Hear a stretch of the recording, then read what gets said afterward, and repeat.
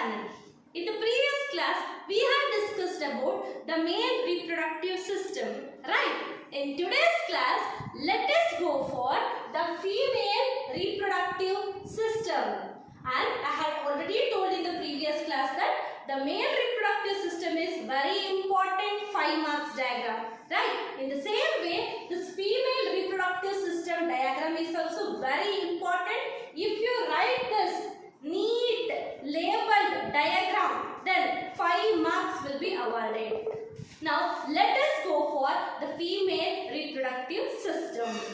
See, the female reproductive system consists of pair of ovaries. Second, fallopian tube. Fallopian tube. It is also known as oviduct. The third one is uterus or womb. And the fourth one is cervix. And finally, vagina and external genitalia. So these are the parts of the female reproductive system. In this class, let us study one by one. So the first one is what? A pair of ovaries, right? See, ovaries are said to be the primary sex organ. Ovaries are what? It's primary sex organ. And the function of ovaries is to produce ovum. The function of ovaries is to produce ovum or egg. Next, coming to the location of the ovary. The location of the ovary is here. You can just see. See, this ovary is located on each side of the lower abdomen. So, location is each side of the lower abdomen. And the length of the ovary is 2 to 4 centimeter. The length of the ovary is 2 to 4 centimeter. And this ovary is connected to pelvic wall and uterus. This ovary is connected to pelvic wall and uterus. Connected to what? Pelvic wall and uterus. And how it is connected means with the help of ligaments. With the help of ligaments, this ovary is connected to pelvic wall and uterus. Next, see this ovary. If you see the structure of the ovary, I am writing a rough structure here. So, if you see the structure of the ovary, see this middle part is known as ovarian stroma. Okay, this middle part is known as what? Ovarian stroma. And this ovary is lined by a thin epithelium. See, this lining is by a thin epithelium. And coming to the inner part, stroma. Okay, see, this ovary encloses the ovarian stroma. And this ovarian stroma is divided again into 2 parts. The outer part of the stroma is known as peripheral cortex. This is the outer part. And coming to the stromal inner part. This inner part is known as medulla. This inner part is known as what? Medulla. So, this is about the structure of ovary. Right? Next, oviduct. Oviduct. It is also known as what? Fallopian tube. Right? See, the fallopian tube or oviduct is about 10 to 12 centimeter long. You can see here, this is the structure of fallopian tube and it is about 10 to 12 centimeter long. 10 to 12 centimeter long, and this extends from the ovary. This extends from where? Ovary. Right? And this region is said to be peripheral region. This region is said to be what? Peripheral region. And here from the peripheral region or from the periphery, a funnel shaped structure arises. See here, this is a funnel shaped structure. Here also you can see and here also you can see funnel shaped structure. And this funnel shaped structure is called what? Infundibulum. Funnel shaped infundibulum. And you can see the edges of the infundibulum has finger-like structure, right? The edges of the infundibulum has what? Finger-like structure, and this finger-like structure is said to be what? Fimbriae. This finger-like structure is called what? Finger-like fimbriae. And the function of this fimbriae or the finger-like structure is to collect the ovum. So the function of fimbriae is what? For the collection of the ovum. This is very much important. Collection of ovum or egg. Next, see, this infundibulum leads to a wider part. Here you can see this infundibulum leads to a wider part, and this wider part is known as ampulla. This wider part is known as what? Ampulla. And next, this ampulla leads to a narrow part. Because it has a narrow lumen, hence it is said to be a narrow part. And this narrow part is known as isthmus. Isthmus. Right? And this isthmus is a part, and it's a last part. It joins the uterus. You can see here, this is the isthmus, and this part joins the uterus. Joins uterus. So this is about the structure of oviduct or fallopian tube, right? Next is the uterus, and it is commonly known as what? Womb. See, the shape of the uterus is like this. Inverted pear shape. The shape of the uterus is what? Inverted pear shape. Right? And this uterus is supported by ligaments. It is supported by what? Supported by ligaments. And this is attached to pelvic wall. This is attached to what? Pelvic wall with the help of ligaments. And this uterus opens into vagina. Okay? And that is through a narrow part known as cervix. So here the cervix connects the uterus to vagina. Okay?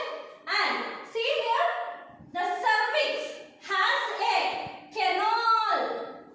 It has a lumen or a canal, and that is known as what?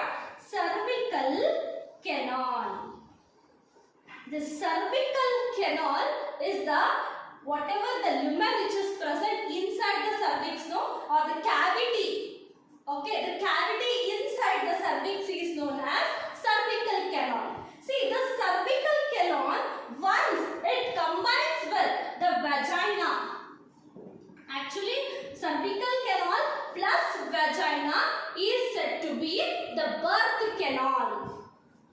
is what? Birth canal. Why it is called birth canal? Means see, the baby birth takes place through this canal. Hence, this cervical canal plus vagina is said to be the birth canal. Right? See, the uterus wall is made up of 3 kinds of tissues, or the 3 layers of tissue. You can see here, these are the 3 layers of tissue which forms the uterine wall. Okay. See, the first layer is said to be the outer layer called perimetrium. The first layer is the outer layer and it is called what? Perimetrium. And this perimetrium is thin layer. The second layer is the middle one. This is myometrium. Myometrium. This myometrium is membranous structure. This myometrium is what? Membranous structure. Membranous structure. And the function of myometrium is this myometrium helps in strong contraction. This myometrium helps in what? Strong contraction. Strong contractions. And why these strong contractions are required means for the childbirth, the contractions of this uterine wall is very important, and that contraction is because of the presence of myometrium. Okay.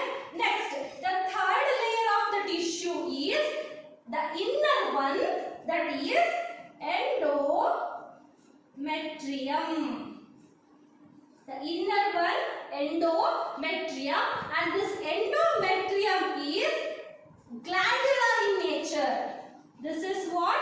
Glandular. That means it secretes something that undergoes cyclical changes during menstrual cycle. See, this endometrium is responsible for undergoing certain cyclical changes in menstrual cycle. Cyclical changes. And these are the 3 important layers, or the 3 important tissues which are found in the uterine wall. So this is about the uterus or the womb. Next is vagina.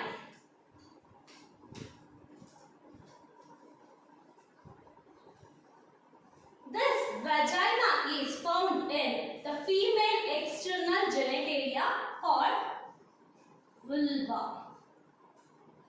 And this consists of the following parts. Let me explain you. These are the parts of this vagina. And the first part is mons pubis.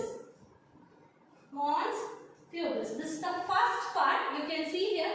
This is mons pubis. And this mons pubis is a cushion of fatty tissue. This is what? A cushion of fatty tissue, and it has variable amount of pubic hair. And the second part is labia majora. The second part is what? Labia majora. You can see here. This is labia majora. This labia majora is made up of fleshy folds of tissue. It is made up of what? Fleshy folds of tissue. And this labia majora surrounds the vagina. This labia majora surrounds the vagina. And the next part is the labia minora. This labia minora are the paired folds of tissue. You can see here. These are paired folds of tissue. Paired folds of tissue. If you cannot able to see here properly, you can look at the picture there, and I have indicated the parts. Okay, and this labia minora is what? Paired folds of tissue, right? And this paired folds of tissue are found under the labia majora. This is a paired fold of tissue, and they are found under what? Labia majora. Found under labia majora.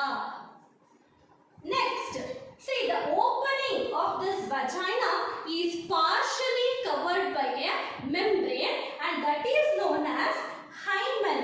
They have asked this question for 1 mark. What is hymen? Hymen means nothing else but the opening of the vagina. The opening of the vagina is partially covered by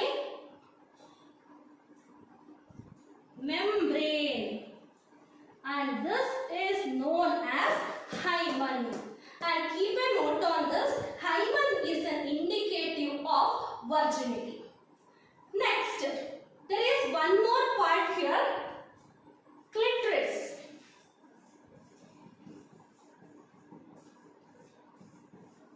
See, it is a finger-like structure which is found on the upper junction of two labia minora. See, this is labia minora, and here there is a finger-like small structure which is found on the upper junction of two labia minora.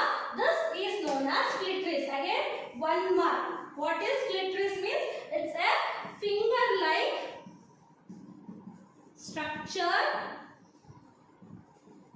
found on two upper junction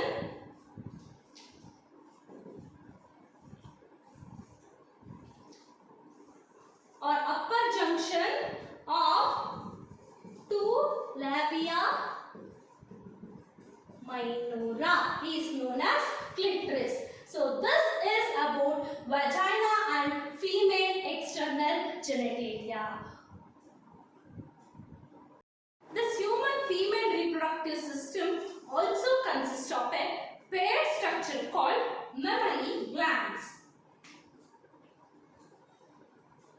This is the characteristics of all the mammals, right? This mammary glands helps in feeding the young ones. See, this mammary glands are what? Paired structures. They are paired structures, and this differentiates during the puberty, and this paired structure, it contains glandular tissue. Glandular tissue and variable amount of fat. Variable amount of fat. See, the glandular tissue, it is divided into 15 to 20 mammary lobes. You can see here in the mid there are lobes, and that is mammary lobes. Glandular tissue is divided into 15 to 20 mammary lobes. And see here, the mammary lobes contain, these are mammary lobes actually, but have labeled just here, but there are mammary lobes here, here and all. And this mammary lobes contain cluster of cells. You can see here, n number of cells are here. So it contains what? Cluster of cells, and that cluster of cells found on the mammary lobes are said to be alveoli. Alveoli.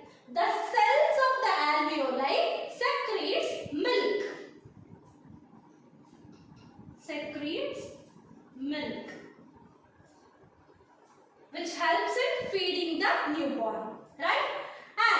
See, the alveoli, this is the alveoli structure, tiny structures what I have written here. These are the alveoli, and this alveoli give rise to one more structure called mammary tubules. Mammary tubules, tube-like structure. And this mammary tubules give rise to mammary duct. Mammary duct. Then, from the mammary duct, there arises a mammary ampulla. Mammary ampulla. And from the mammary ampulla, a lactiferous duct you can see here. The collection of mammary ampulla reaches the lactiferous duct. Lactiferous duct. This lactiferous duct opens into a structure called nipple. From the nipple, the milk is secreted, or the milk is sucked out from the newborn.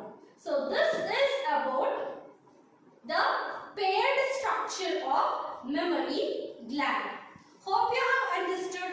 Thank you for listening.